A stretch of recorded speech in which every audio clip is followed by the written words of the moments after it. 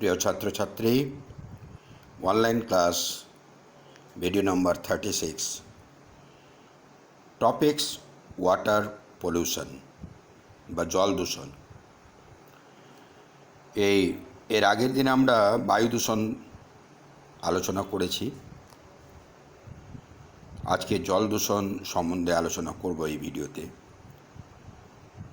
তো এইগুলো যে বইগুলো আছে, আমরা যে বইগুলো ব্যবহার করি, বিশেষ করে সাঁতরা, প্রান্তিক, ছায়া কিংবা বাণী, যে বইগুলো ব্যবহার করছি, এই বইগুলোতে প্রত্যেকটা বিষয়ে অনেক বেশি এদিক ওদিক লেখা আছে। তো কম করে 3টে বই আমাদেরকে পড়তেই হবে।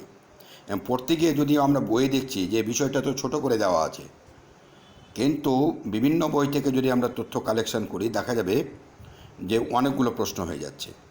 কাজে এই 3টা বই পড়তে হবে, এই বিশেষ করে দূষণটা পড়ার সময়, কিংবা অন্যান্য এই চ্যাপ্টারটা গোটাটাই এরকম আছে। কাজেই ভালো করে না পড়লে এখন কোনখান থেকে প্রশ্ন হবে কিছুই বলা যাবে না। তো আমরা শুরু করি আজকের আলোচনা। আজকের আলোচনায় প্রথমে আমরা যাব ওই জল দূষণ বা ওয়াটার পলিউশন। এই জল দূষণ বা ওয়াটার পলিউশন সম্বন্ধে পড়তে গিয়ে প্রথমে আমরা একটা সংজ্ঞা করব। এই সংজ্ঞাটা সাঁতরার বই 118 পৃষ্ঠা, ছায়ার বইয়ের 116 পৃষ্ঠায় রয়েছে। প্রায় একই রকম সংজ্ঞাটা আমরা নিতে পারি। যেমন সাঁতরা বই থেকে পড়ি আমি: জলের সঙ্গে কোনো অবাঞ্ছিত দ্রব্য মিশ্রিত হওয়ার ফলে যদি জলের ভৌত, রাসায়নিক ও জৈব বৈশিষ্ট্য সমূহ পরিবর্তিত হয় এবং তার ফলে জলজ প্রাণী, উদ্ভিদ ও মানুষের ক্ষতির আশঙ্কা দেখা দেয়, তবে জলের এইরূপ দূষণকে জল দূষণ বলে। আমরা ছায়ার বই থেকেও নিতে পারি, ডেফিনেশনটা কাছাকাছি আছে, একই রকম। ছায়ার বই থেকে যদি আমরা দেখি, জল দূষণের একটা সংজ্ঞা ছায়ার বইয়েও পাবো। যেমন আছে: প্রাকৃতিক ও মনুষ্যসৃষ্ট কারণে জলের সঙ্গে বিভিন্ন প্রকার বর্জ্য পদার্থ, দূষিত পদার্থ ইত্যাদি মিশে গেলে জলের ভৌত, রাসায়নিক ও জৈব উপাদান, 3টে কথা, ভৌত, রাসায়নিক ও জৈব উপাদানের গুণগত মান নষ্ট হয় এবং জলজ উদ্ভিদ, প্রাণী ও মানুষের ক্ষতি সাধন করে। এই অবস্থাকে জল দূষণ বলে। এটা ডেফিনেশন কম্পারেটিভলি একটু বেটার মনে হচ্ছে আমার। জল দূষণের সংজ্ঞা আমরা এখান থেকে করে নেব। জল দূষণের একটা উদাহরণও যদি দিই আমরা, তো উদাহরণে যেমন দিতে পারি, যেমন আর্সেনিক, জলের আর্সেনিক দূষণ। জলের আর্সেনিক দূষণ একটা উদাহরণ। আমাদের এইখানে আমরা যে জায়গায় বাস করি, বিশেষ করে আমাদের স্কুল যেখানটায়, তার আশেপাশে কালিয়াচক, গোটা কালিয়াচকই প্রায় আর্সেনিক দূষণের আওতায়। আমাদের এখানে যে ভৌম জল আছে, ভূগর্ভস্থ জল, সেই জলটাতে আর্সেনিকের মাত্রা স্বাভাবিক অপেক্ষা অনেক বেশি রয়েছে। তো এটা এক ধরনের জলের দূষণ। আর জল দূষণ আমরা বিভিন্ন রকমের পেয়ে যাব। আমরা যখন আলোচনা করব, আমাদের এলাকায় বহু জল দূষণের উদাহরণ আমরা পেয়ে যাব। তো জল দূষণের সঙ্গে একটা হয়ে গেল। এরপরে আমরা চলে যাব জল দূষণের কারণ। আগের ভিডিওতে বলেছি প্রত্যেকটা দূষণের কারণ এবং ফলাফল আমাদের আলোচনা করতে হবে। তো এটা করতে গিয়ে আমরা দেখতে পাচ্ছি যে জল দূষণের কারণের মধ্যে কৃষিক্ষেত্রের বর্জ্য, প্রান্তিকের বইয়ের 117 পৃষ্ঠা, প্রান্তিকের বইয়ের 117 পৃষ্ঠায় একটু দেখি। ওখানে দেখতে পাচ্ছি যে আমি এখানেও পয়েন্টে উল্লেখ করেছি, একটু বড় করে নিয়ে আসি। 3টে জিনিস লিখেছি আমি কৃষিক্ষেত্রের বর্জ্যের মধ্যে: একটা রাসায়নিক সার, 2 নম্বরে কীটনাশক, আর 3 নম্বরে আগাছানাশক। তো এগুলোর সঙ্গে আমরা খুবই পরিচিত, কারণ আমরা যে জায়গায় বাস করি সেই জায়গায় কৃষিকার্য প্রচুর পরিমাণে হয়। কাজে আমরা অহরহ এগুলো দেখে থাকি। তো প্রথমে যদি ধরি রাসায়নিক সার, এই যে রাসায়নিক সার, এই যে পয়েন্টটা, তো আমরা কৃষিক্ষেত্রে যে সমস্ত রাসায়নিক ব্যবহার করি, যেমন ইউরিয়া, অ্যামোনিয়াম সালফেট, তারপরে সুপার ফসফেট, পটাশ, এরকম বহু রাসায়নিক সার আমরা ব্যবহার করি। তারপরে কীটনাশকের মধ্যে যেমন ম্যালাথিয়ন, হেপ্টাক্লোর, এইরকম বহু কীটনাশক আমরা ব্যবহার করি, যেমন ডিডিটি, হ্যাঁ, এই রকম কীটনাশকগুলো ব্যবহার করি। আবার আগাছা নাশক আছে, যেমন আমরা হরমোন চ্যাপ্টারে পড়ছি 2,4-D, এগুলোও আমরা ব্যবহার করি। তাহলে এই পয়েন্টটাতে আমরা কী লিখব? এই পয়েন্টটাতে আমরা যেটা লিখব, মানে এটা 2 মার্কের হবে। জল দূষণের কারণ 2 মার্ক, এর বেশি হবে না। তো জল দূষণের কারণ লিখতে গিয়ে আমরা লিখব যে জল দূষণের কারণ গিয়ে লিখব আমরা যে কৃষিক্ষেত্রে ব্যবহৃত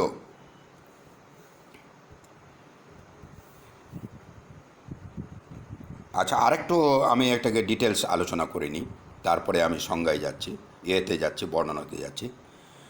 আমরা জমিতে রাসায়নিক সার, কীটনাশক, আগাছানাশক যাই দিই না কেন, অনেক সময় এটা অনেক একটু স্বাভাবিক মাত্রার সাথে বেশিও দিয়ে ফেলি, বেশি ফলনের আশায়। এখন এইগুলো ব্যবহারের পর যদি বৃষ্টি হয়, তাহলে কি হবে? বৃষ্টি হলে এই সমস্ত পদার্থগুলো, রাসায়নিক সার, কীটনাশক, আগাছানাশক সমস্ত মানে কৃষি জমি থেকে বয়ে জলের সঙ্গে কোথায় চলে যাবে? জলাশয়ে চলে যাবে। পুকুরে যেতে পারে, নদীতে যেতে পারে, আরও বিভিন্ন জলাশয়ে চলে যায়। ফলে ওখানকার জলটা দূষিত হবে। এই হচ্ছে আসল কথা। তাহলে আমরা এটাকে লিখব কী করে? আমরা লিখব, যেমন ছায়ার বই থেকে পড়ি, ছায়ার বই থেকে পড়ছি আমি, কৃষিক্ষেত্রে উৎপন্ন বৃষ্টি ধৌত রাসায়নিক সার, যেমন urea, ammonium sulphate, super phosphate, potash ইত্যাদি।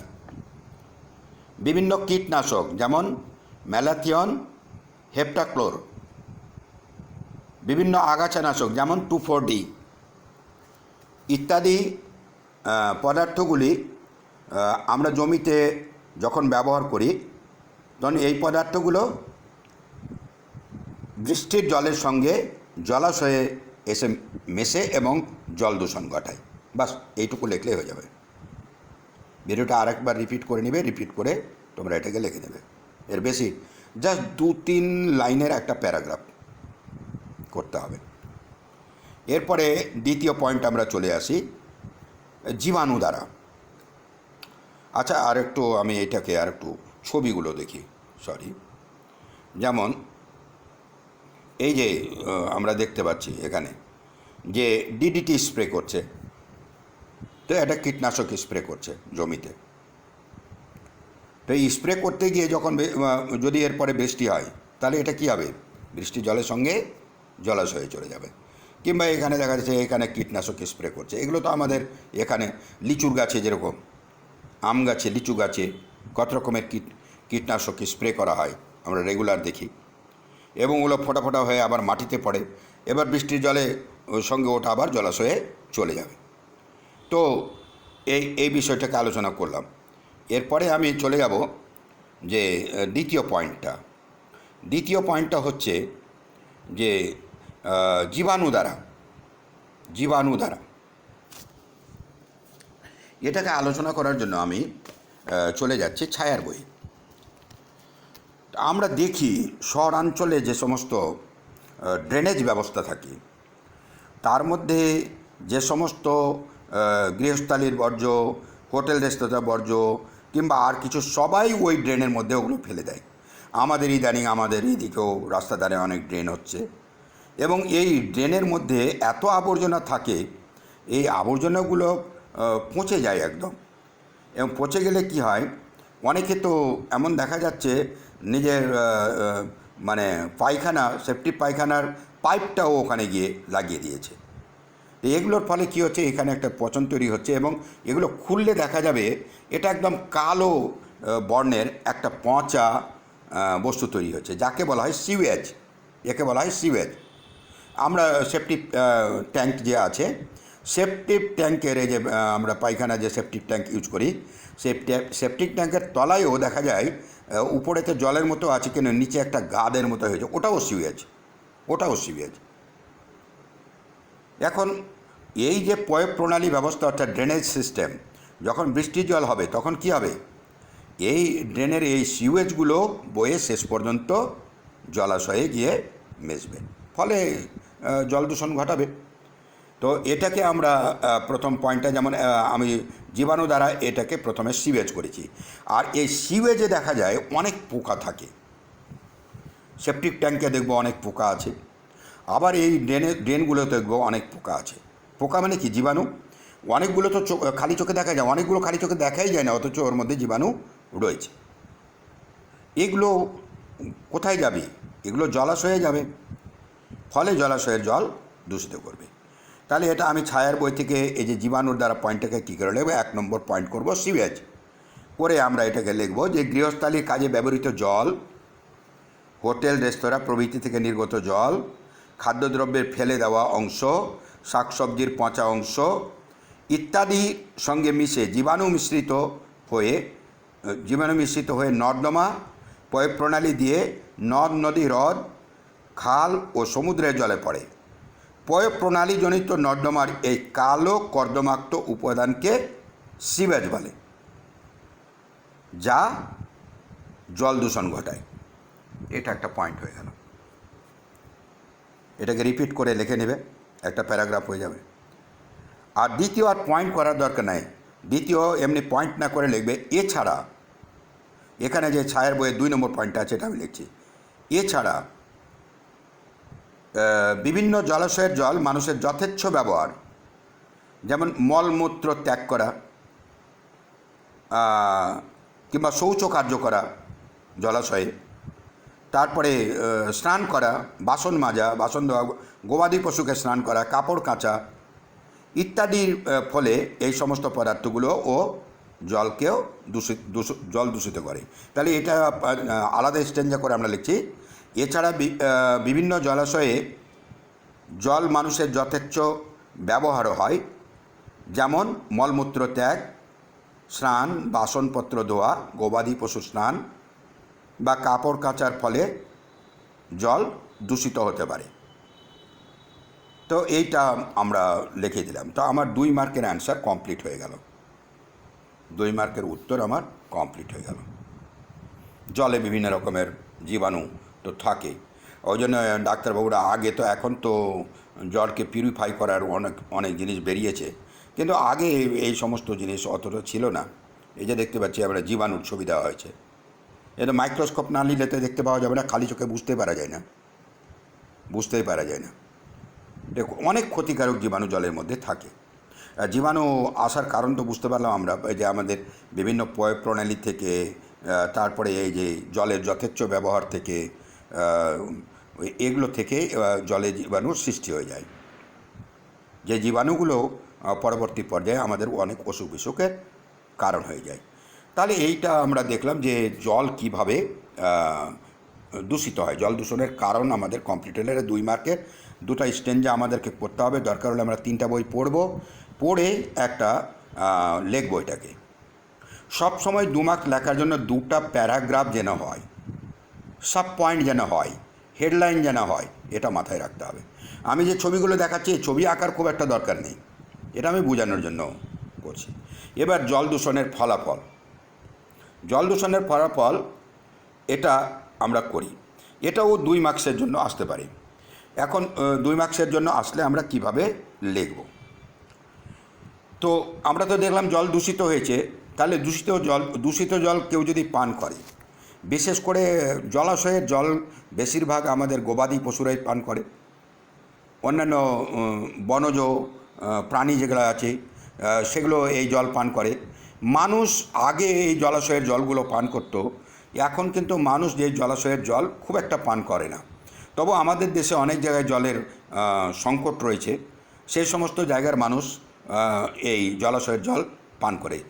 এমন জল পান করে যেগুলো আমরা দেখলে ওই জল পান করতেই পারবো না, কিন্তু যেহেতু জলের ক্রাইসিস আছে তাই ওরা ওই ধরনের জলই পান করে।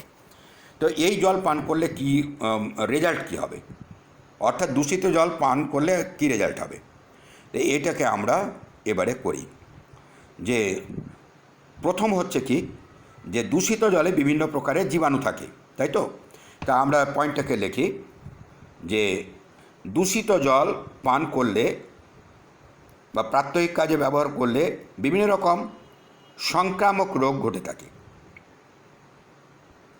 পান করি কিংবা অন্য কাজে ব্যবহার করি, তাতে আমাদের বিভিন্ন রকমের সংক্রমণযোগ্য রোগ বা সংক্রামক রোগ হতে পারে, যেমন কলেরা, টাইফয়েড, হেপাটাইটিস, আমাশয়, জিয়ারডিএসিস, অ্যাসকেরিয়াসিস, আর্সেনিকোসিস ইত্যাদি। বাস হয়ে গেল এই পয়েন্টটা, আর বেশি লিখতে হবে না, এটা 1 মার্কের জন্য। সরি। তাহলে আমরা লিখলাম যে দূষিত জল পান করলে বা প্রাত্যহিক কাজে ব্যবহার করলে বিভিন্ন রকমের জীবাণুর উপস্থিতির জন্য বিভিন্ন রকমের সংক্রামক রোগ হতে পারে। তারপরে এইখানে যে রোগের নামগুলো দেওয়া আছে পরপর সব আমরা লিখে দিলাম। এই পয়েন্ট কমপ্লিট। এরপরে দ্বিতীয় পয়েন্টটাতে আমরা আসি, ইউট্রিফিকেশন।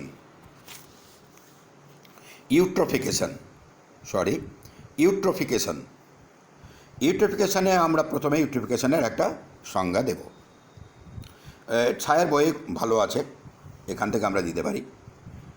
জল দূষণজনিত কারণে জলাশয়ে অতিরিক্ত পুষ্টি উপাদান উপস্থিতির ফলে প্ল্যাঙ্কটনের সংখ্যার অত্যধিক বৃদ্ধি ঘটে, ফলে জলের গুণমানের ঘাটতি দেখা যায়। এই ঘটনাকে ইউট্রোফিকেশন বলে। কারণ ইউট্রোফিকেশনের সংজ্ঞা এক একটা বই এক এক রকম, আমরা কনফিউজ হয়ে যাব, কিন্তু এখান থেকে সংজ্ঞাটা করব। অনেক জায়গায় দেখা যাচ্ছে ইউট্রোফিকেশন, অ্যালগাল ব্লুম সব গুলিয়ে ফেলা হয়েছে।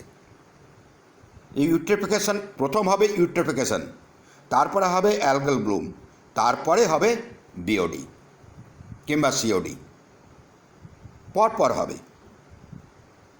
তো ইউট্রোফিকেশনটাকে আমরা প্রথমে একটা সংজ্ঞা দিলাম। এখানে আমরা কি বললাম, যে জল দূষণজনক কাজে জলাশয়ে অতিরিক্ত পুষ্টি উপাদান, এই যে বিভিন্ন জমির সার এসে পৌঁছেছে, কীটনাশক এসে পৌঁছেছে, আগাছানাশক এসে পৌঁছেছে, বিভিন্ন জীবাণু এসে পৌঁছেছে। তো এগুলো আসার পরে কী হচ্ছে, জলের পুষ্টি পদার্থর আধিক্য দেখা দিয়েছে। ফলে ওখানে যে প্ল্যাঙ্কটনগুলো আছে, অর্থাৎ জলে বসবাসকারী উদ্ভিদ, সূক্ষ্ম উদ্ভিদ, বড় উদ্ভিদ যাই আছে, প্ল্যাঙ্কটন। তো এই উদ্ভিদগুলো কি হয়, অতিরিক্ত পুষ্টি পদার্থ পাওয়ার পর এগুলোর মানে খুবই বেশি এদের সংখ্যায় বেড়ে যায়। প্ল্যাঙ্কটনের সংখ্যা অত্যধিক বৃদ্ধি হয়, মানে গোটা জলাশয়টা প্রায় এই প্ল্যাঙ্কটনে ভরে যায়।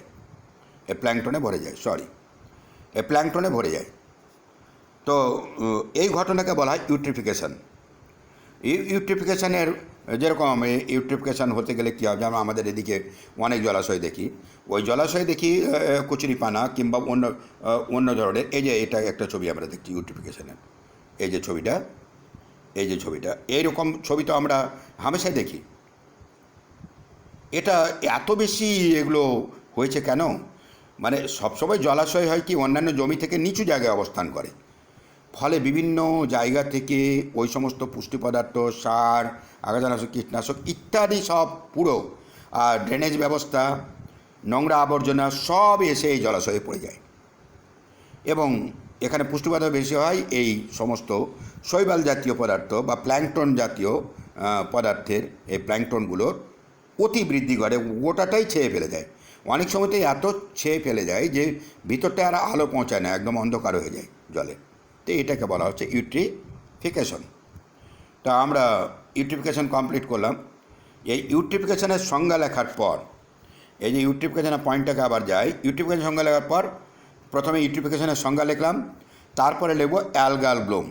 ইউট্রিফিকেশনের সংজ্ঞাতে আমরা কী লিখলাম আবার বলি, জল দূষণজনিত কারণে জলাশয়ে অতিরিক্ত পুষ্টি উপাদানের উপস্থিতির ফলে প্ল্যাঙ্কটনের সংখ্যার অত্যাধিক বৃদ্ধির ফলে, মানে সেইখানে হবে কি, প্ল্যাঙ্কটন কথা তার মানে যেমন ফাইটোপ্ল্যাঙ্কটন, জুপ্ল্যাঙ্কটন, 2 রকমের প্ল্যাঙ্কটন আছে। সূক্ষ্ম উদ্ভিদকুলকে বলা হবে ফাইটোপ্ল্যাঙ্কটন, আর প্রাণীকুলকে বলা হবে জুপ্ল্যাঙ্কটন। তো উভয়েরই বৃদ্ধি ঘটে, ফলে জলের গুণগত মানের ঘাটতি দেখা যায়। এটা বেড়ে যাওয়ার জন্য জলের যে আসল প্রকৃত যে ওর বৈশিষ্ট্য, সেটার গুণমানটা ঠিক থাকে না। এই ঘটনাকে ইউট্রিফিকেশন বলে।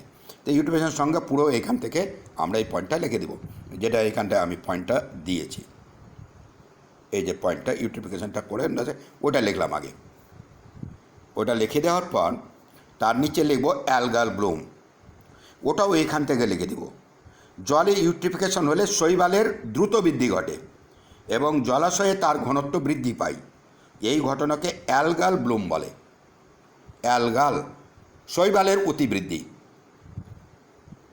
শৈবাল জাতীয় উদ্ভিদের অতিবৃদ্ধি, ফলে শ্যাওলায় ছেয়ে যায় পুরো জলাশয়টা, একে অ্যালগাল ব্লুম বলে। আচ্ছা, অ্যালগাল, এই যে শৈবালে ছেয়ে গেল, এটা কেন হলো? ইউট্রিফিকেশনের ফলে হলো। ইউট্রিফিকেশনের ফলে অ্যালগাল ব্লুম হলো। এরপরে যদি যাই আমি বিওডি, এই যে বিওডি, এই বিওডিটা আমরা সাঁতরার বইয়ের সংজ্ঞা দেওয়াই আছে, একটু দেখি আমরা। সাঁতরার বইয়ের 119 পৃষ্ঠা মাঝামাঝি জায়গায় বিওডির একটা ডেফিনেশন এখানে দেওয়া আছে। বিওডি বায়োলজিক্যাল অক্সিজেন ডিমান্ড, আর একটা হয় আর কি সিওডি, যেটা আমি এখানে লিখিনি। সিওডিটা হচ্ছে কেমিক্যাল অক্সিজেন ডিমান্ড, এটা বায়োলজিক্যাল, ওটা কেমিক্যাল। জলে উপস্থিত জৈব উপাদানকে অণুজীবের সাহায্যে বিয়োজিত করার জন্য যে পরিমাণ অক্সিজেনের দরকার হয় তাকে জৈব অক্সিজেন চাহিদা বা বিওডি বলে। কি বলল? জলে উপস্থিত জৈব উপাদানকে অণুজীবের সাহায্যে বিয়োজিত করার জন্য বিভিন্ন জৈব উপাদান যে জলে এসেছে তাকে বিয়োজিত করার জন্য বিশেষ করে অণুজীবদের অধিক পরিমাণ অক্সিজেন প্রয়োজন হয়। এই অক্সিজেনের ডিমান্ডটাই, এই প্রয়োজনটাকে বলা হচ্ছে বিওডি। তাহলে বিওডিতে আমরা লিখব যে দূষিত জলে বা ইউট্রফিক জল বলতে পারি আমরা, জলের বা লিখতে পারি জলের ইউট্রিফিকেশনের ফলে জলে উপস্থিত জৈব উপাদান অণুজীবদের সাহায্যে বিয়োজিত করার জন্য যে পরিমাণ অক্সিজেনের দরকার তাকে জৈব অক্সিজেনের চাহিদা বা বিওডি বলে। জল দূষণের ফলে বিওডি এর পরিমাণটা, জল দূষণের ফলে কী হয়? জল দূষণের ফলে বিওডির পরিমাণটা বৃদ্ধি পায়, বায়োলজিক্যাল অক্সিজেন ডিমান্ড বেড়ে যায়। জল দূষণের ফলে বিওডির বৃদ্ধি পায়, তো এইটাকে আমরা লিখব বিওডি বেড়ে যায়, অক্সিজেন ডিমান্ডটা বেড়ে যাচ্ছে, বিওডি। তো কোন বইয়ে দেখেছিলাম এখন আর নজরে পড়ছে না আমার, যাই। হ্যাঁ, বলে এই প্রান্তিকে দেখতে পাবো, প্রান্তিকেও আছে 170 পৃষ্ঠায়, যে অ্যালগাল ব্লুমের সংজ্ঞাও দেওয়া আছে, এখানে ইউট্রিফিকেশন লেখা আছে। ইউট্রিফিকেশনের ফলে জলের বিওডি বৃদ্ধি পায়, এর ফলে বিভিন্ন জলজ প্রাণীর মৃত্যু হয়। এখন জলে কী হলো? অক্সিজেন এত বেশি অক্সিজেনের ডিমান্ড হলো যে অক্সিজেন আর সাপ্লাই নেই। তাহলে অক্সিজেনের অভাবেই তো বিশেষ করে যারা সবাত শোষণকারী জীব আছে তারা তো অক্সিজেনের অভাবেই মারা যাবে। কাজেই এই বিওডি পয়েন্টটাকে আমরা লিখব, বিওডি পয়েন্টটা লিখে দিয়ে এরপরে এই যে ইউট্রিফিকেশনের ফলে প্রভাবটা কী হলো, এই ইউট্রিফিকেশন যদি হয়ে যায় তাহলে ইউট্রিফিকেশনের প্রভাবটা কী? এতক্ষণে ইউট্রিফিকেশন কী, অ্যালগাল ব্লুম কী, বিওডি কী, আমি তো কী লিখছি, আমি কিন্তু আলোচনা করছি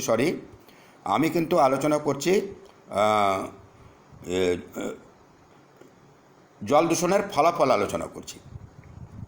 তো আমি ইউট্রিফিকেশন পয়েন্টটাকে উল্লেখ করার সময় ইউট্রিফিকেশন কাকে বলে লিখলাম, অ্যালগাল ব্লুম কাকে বলে লিখলাম, বিওডি কাকে বলে লিখলাম।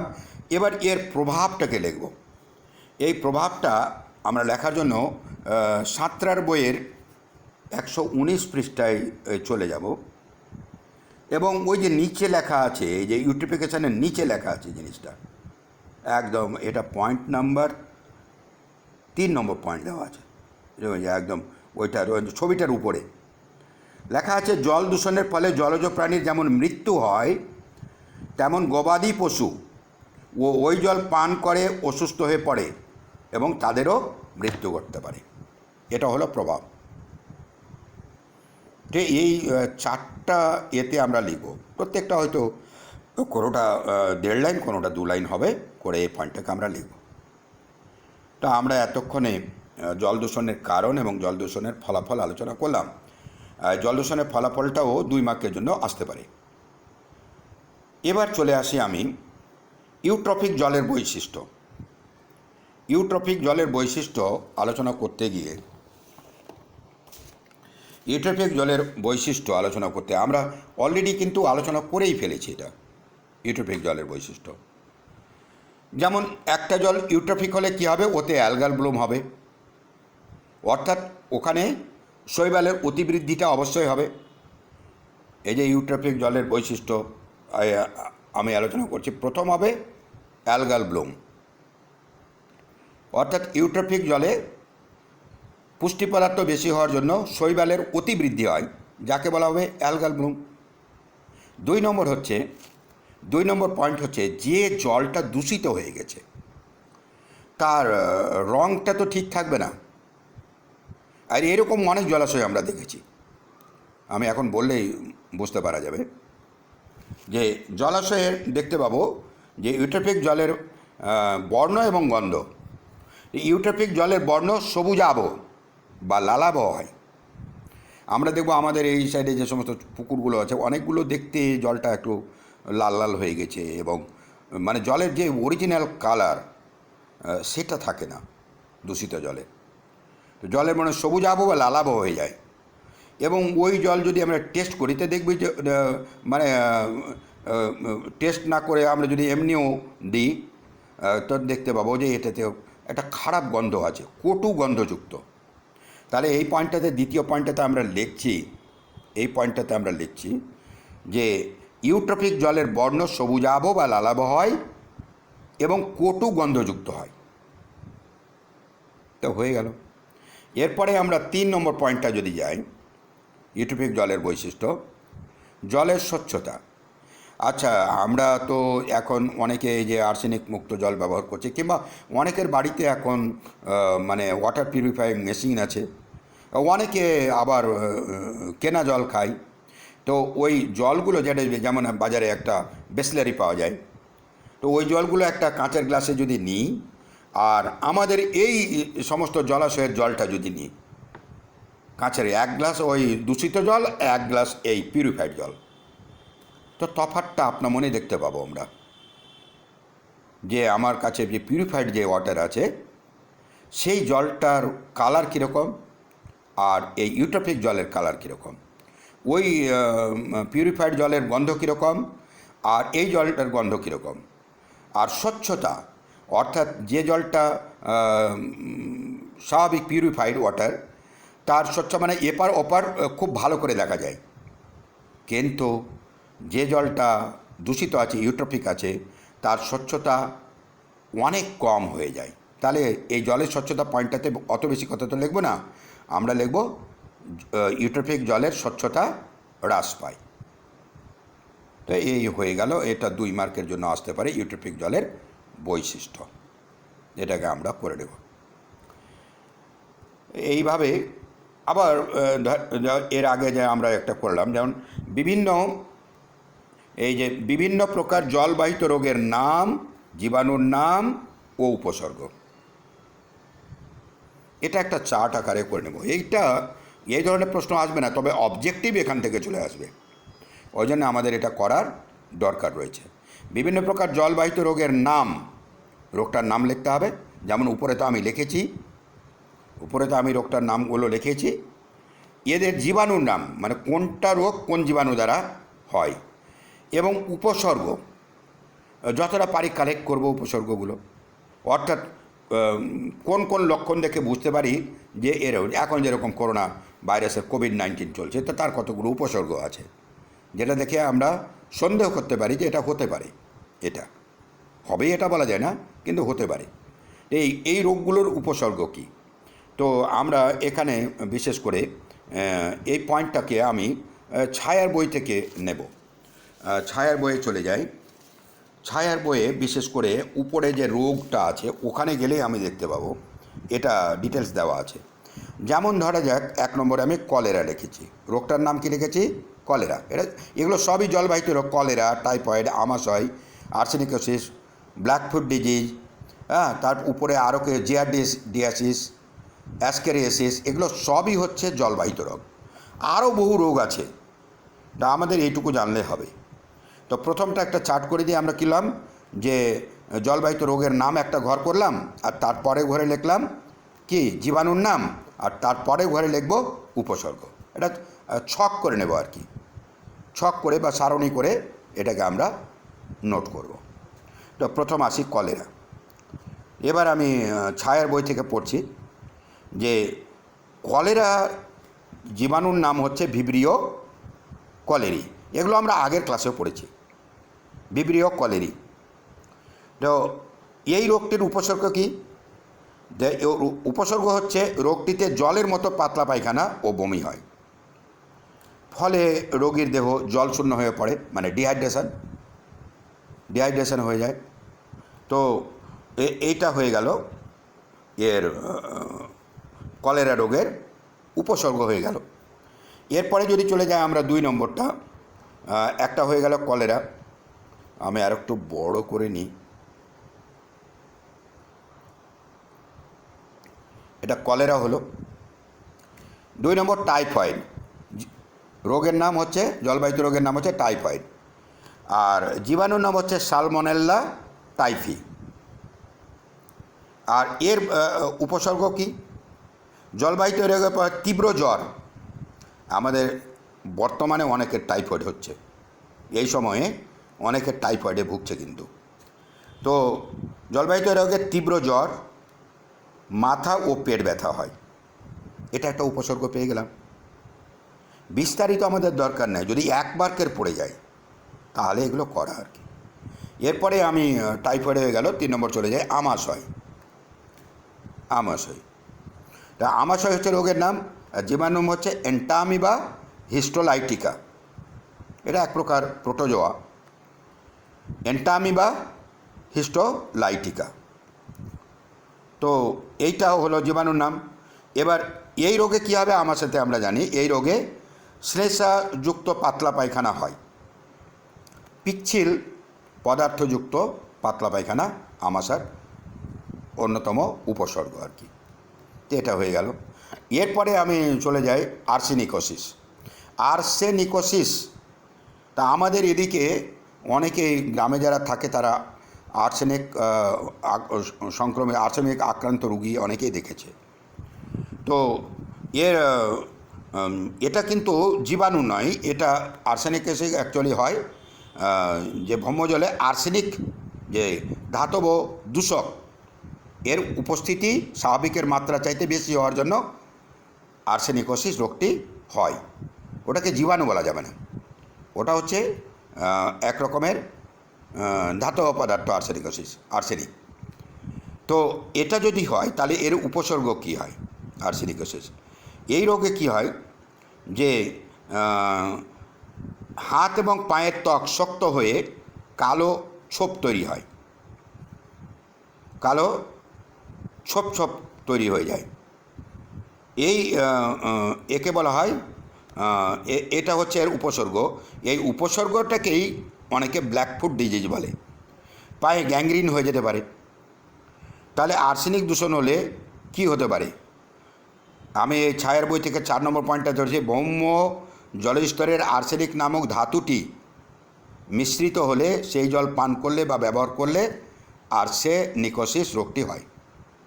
এই রোগের প্রভাবে হাত পায়ের ত্বক শক্ত হয়ে যায়, কালো ছোপ তৈরি হয়। তো এটা হয়ে গেল উপসর্গ। এবার ব্ল্যাকফুট ডিজিজ যদি লিখি তা আমরা লিখব আর্সেনিক দূষণের ফলে বা আর্সেনিকোসিসের ফলে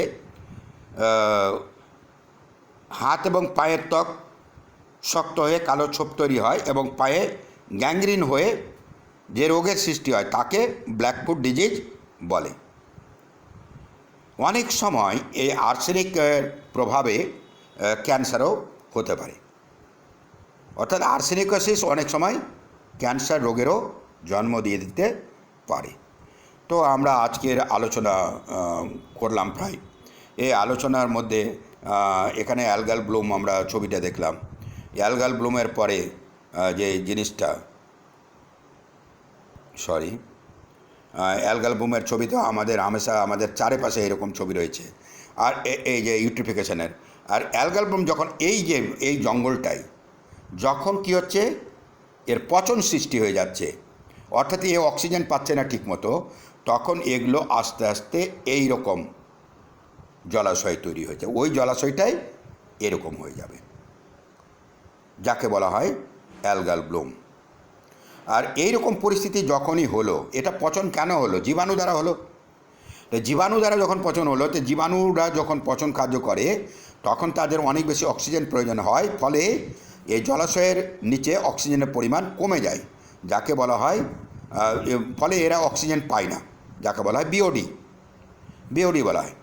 এবং এই জলাশয়ে দেখা যাচ্ছে ঠিকমতো আলো পৌঁছাচ্ছে না, ঠিকমতো অক্সিজেন নেই, কটু গন্ধযুক্ত হয়ে গেছে, বিভিন্ন জীবাণু জন্ম নিয়ে নিয়েছে, ফলে ওই জলাশয়ের যে সমস্ত উদ্ভিদ এবং প্রাণী যারা রয়েছে বিশেষ করে তাদের মৃত্যু হয়ে যায়। এ হচ্ছে শৈবাল ব্লুম। তা আমরা এই জীবাণু, বিভিন্ন রকম জীবাণুর ছবি, আরও ছবি আছে বিভিন্ন বইয়ে, ওগুলো আমাদেরকে দেখতে হবে পরপর। কাজেই আজকের যে ক্লাস, সেই ক্লাস আমি যে আলোচনা ছিল, যে প্ল্যানিং ছিল, সেটা আমরা শেষ করলাম। তো এটাকে তোমরা খুব ভালো করে করে নেবে এবং আজকে নোট করবে, এবং নোট করার জন্য 3টা বই পড়বে, যে বইটা ভালো লাগে, যে জিনিসটা আমার এই আলোচনার বাইরেও যদি কিছু বিষয় থাকে সেটাকেও নোট করে ফেলতে হবে। এবং সবাই মাধ্যমিকের জন্য ভালো প্রস্তুতি নেবে। সবাই ভালো থেকো, সুস্থ থেকো। Thank you.